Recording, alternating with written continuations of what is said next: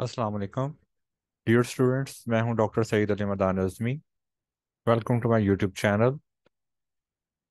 आज हम डिस्कस करने जा रहे हैं थॉमस कैलकुलस 12th एडिशन के बुक से डबल इंटीग्रेशन का बेसिक कॉन्सेप्ट। और आज की इस वीडियो में हम exercise 15.1 Thomas calculus 12th edition से क्वेश्चन नंबर 1 को डिस्कस करेंगे। मैं हर एक एक्सरसाइज की एक प्लेलिस्ट डेवलप कर दूंगा जिसमें डिफरेंट टाइप के जो क्वेश्चंस हैं, हर टाइप के एक एक क्वेश्चन को डिस्कस किया जाएगा। तो अभी हम क्वेश्चन नंबर 1 को डिस्कस करेंगे, double integral over rectangular regions के लिए। क्वेश्चन पे जाने से पहले मैं थोड़ा सा एक ब्रीफ आइडिया जो हमने क्लास में डिस्कस किया था उसको दोबारा से एक दफ़ा यहाँ पे बताऊंगा। डबल इंटीग्रल होता क्या है? जब हम मल्टी वेरिएबल कैलकुलस में दो variable function two variable function की इंटीग्रेशन परफॉर्म करते हैं, जैसे यहाँ पे हमारे पास एफ ऑफ एक्स वाई है। अगर हम इसकी इंटीग्रेशन परफॉर्म करेंगे तो क्योंकि ये दो वेरिएबल्स का फंक्शन है तो इसकी इंटीग्रेशन परफॉर्म करने के लिए हमें दो इंटीग्रल्स रिक्वायर्ड हैं। और ये इंटीग्रेशन हम किसी एरिया के ऊपर यानी किसी रीजन के ऊपर परफॉर्म करेंगे। अब रेक्टेंगुलर रीजन आपको नजर कैसा आएगा? Just in the form of a rectangle.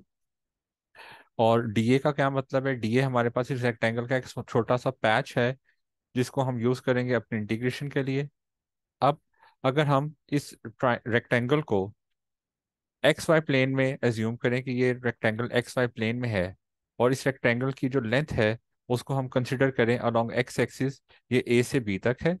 और इसकी जो विड्थ है अलोंग वाई एक्सिस वो सी से डी तक है। तो हमारे पास ये जो डबल इंटेग्रल है, double integral over the region R f of x y d A, इसमें हम डी ए को दो डिफरेंट मेथड से रिप्लेस कर सकते हैं, डी एक्स डी वाई या डी वाई डी एक्स। तो जब हम इसको डी एक्स डी वाई से रिप्लेस करते हैं तो इसको कहा जाता है टाइप 1। अब कुछ इंपॉर्टेंट पॉइंट्स जो यहाँ पे समझने वाले हैं, देखने वाले हैं, वो क्या है कि हमारे पास ये जो रेक्टेंगल है इसकी जो लेंथ है अलोंग एक्स एक्सिस वो है ए टू बी।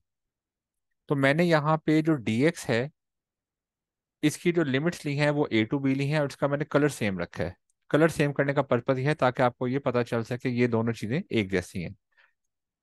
जो डी एक्स है हमारे पास इसको हम लोग कहते हैं इनर वेरिएबल, और जो डी वाई है उसे हम कहेंगे outer variable. dx is our inner variable, dy is our outer variable. तो जो इनर वेरिएबल है उसकी लिमिट्स भी हम इनर इंटीग्रल के ऊपर ही अप्लाई करेंगे।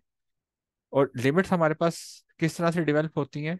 अलोंग एक्स एक्सिस हमारे रीजन की बाउंड्री जहां से स्टार्ट होती है और जहां पे खत्म होती है, इस वेरिएशन को हम जब लेते हैं तो ये हमारे पास लिमिट डेवलप करती हैं।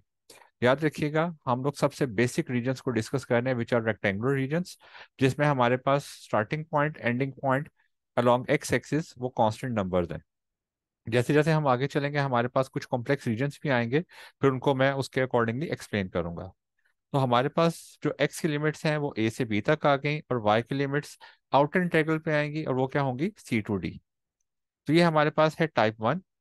टाइप 2 में हम लोग एक्स की बजाय वाई को इनर ले लेते हैं।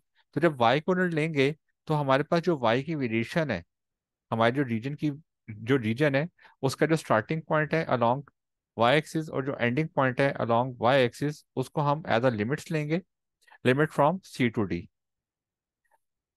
और एक्स क्योंकि अब हमने आउटर लिया है तो एक्स की लिमिट हम लेंगे ए टू बी। ये टाइप 1 हो या टाइप 2, इसमें जो इंपॉर्टेंट चीज़ें याद रखने वाली हैं, क्योंकि अभी हमारा पहला लेक्चर है, ये बेसिक कॉन्सेप्ट है 15.1 का मल्टी वेरिएबल कैलकुलस में। तो हमारे पास इनर और आउटर की जो लिमिट्स हैं वो कांस्टेंट नंबर की फॉर्म में आपको नजर आएंगी। लेकिन याद रखिएगा आगे आने वाले लेक्चर्स के लिए कि हमारे पास जो आउटर लिमिट्स हैं वो हमेशा कांस्टेंट नंबर्स की फॉर्म में होती हैं, और इनर लिमिट्स हमारे पास कांस्टेंट भी हो सकती हैं, वेरिएबल भी हो सकती हैं। जब जैसे जैसे इस टाइप के क्वेश्चन आगे आएंगे तो हम उनको फर्दर डिटेल में डिस्कस करेंगे। तो बेसिक कॉन्सेप्ट्स बताने के बाद अब हम आते हैं एक्सरसाइज के क्वेश्चन की तरफ। तो हमारा जो क्वेश्चन नंबर 1 है वो ये है, limit from 1 to 2, limit from 0 to 4 2xy dy dx। इसमें हमारा y इनर वेरिएबल है, और y की जो लिमिट्स हैं वो है 0 to 4। याद रखिएगा हमारे पास जो लिमिट्स होती हैं किसी भी वेरिएबल की वो उस वेरिएबल की वैल्यूज ही होती हैं। तो y की जो value actually along y axis क्या है? 0 to 4। और x की जो वैल्यू है अलोंग x एक्सिस वो है 1 to 2। अगर मैं इस रीजन को प्लॉट करूं तो ये रीजन आपको कुछ इस तरह से नजर आएगा। अलोंग x एक्सिस वेरिएशन है 1 to 2, और अलोंग y एक्सिस वेरिएशन है 0 to 4। तो ये जो ब्लैक कलर की रेक्टेंगल है, ये वो रीजन है जिसके ऊपर हम अपनी कैलकुलेशन परफॉर्म करने जा रहे हैं। मल्टी वेरिएबल कैलकुलस में जब आप डबल इंटीग्रल्स को सॉल्व करते हैं तो याद रखिएगा हम हमेशा इनर वेरिएबल से आउटर वेरिएबल की तरफ मूव करते हैं in the process of integration. तो इस चीज़ को ध्यान में रखते हुए, क्योंकि y मेरा इनर वेरिएबल है, मैंने सबसे पहले इंटीग्रेशन परफॉर्म करनी है विद रिस्पेक्ट टू y। तो मैंने ब्रैकेट्स को यूज करते हुए जो इनर इंटीग्रल है उसको सेपरेट कर लिया आउटर इंटीग्रल से, और उसका मैंने कलर भी चेंज कर दिया है रेड कलर का, ताकि हमारा फोकस अभी स्टार्टअप पे इस रेड कलर पे ही रहे कि हमने ब्रैकेट के अंदर काम करना है। ब्रैकेट के बाहर एक्स की लिमिट्स क्या हैं, यानी आउटर वेरिएबल की लिमिट्स क्या हैं, उससे हमारा कोई कंसर्न नहीं है। अभी हम सिर्फ और सिर्फ इनर साइड को फोकस करेंगे।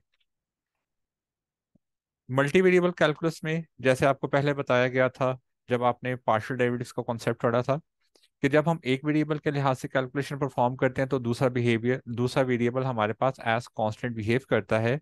सिमिलरली यहाँ पे जब हम with respect to y integration perform करेंगे तो एक्स हमारे पास एज कांस्टेंट बिहेव करेगा। और हम कांस्टेंट नंबर को, जैसे यहाँ पे 2 है, उसको हम साइन ऑफ इंटीग्रेशन से बाहर लेके जा सकते हैं, तो हम एक्स को भी 2 के साथ साइन ऑफ इंटीग्रेशन से बाहर ले जाएंगे। तो हमारा नेक्स्ट स्टेप क्या हुआ कि हमने ये जो इनर इंटीग्रल है इसमें से 2x with respect to y constant है तो उसको बाहर ले गए, और अब हम y की इंटीग्रेशन परफॉर्म करेंगे अलोंग द लिमिट 0 to 4।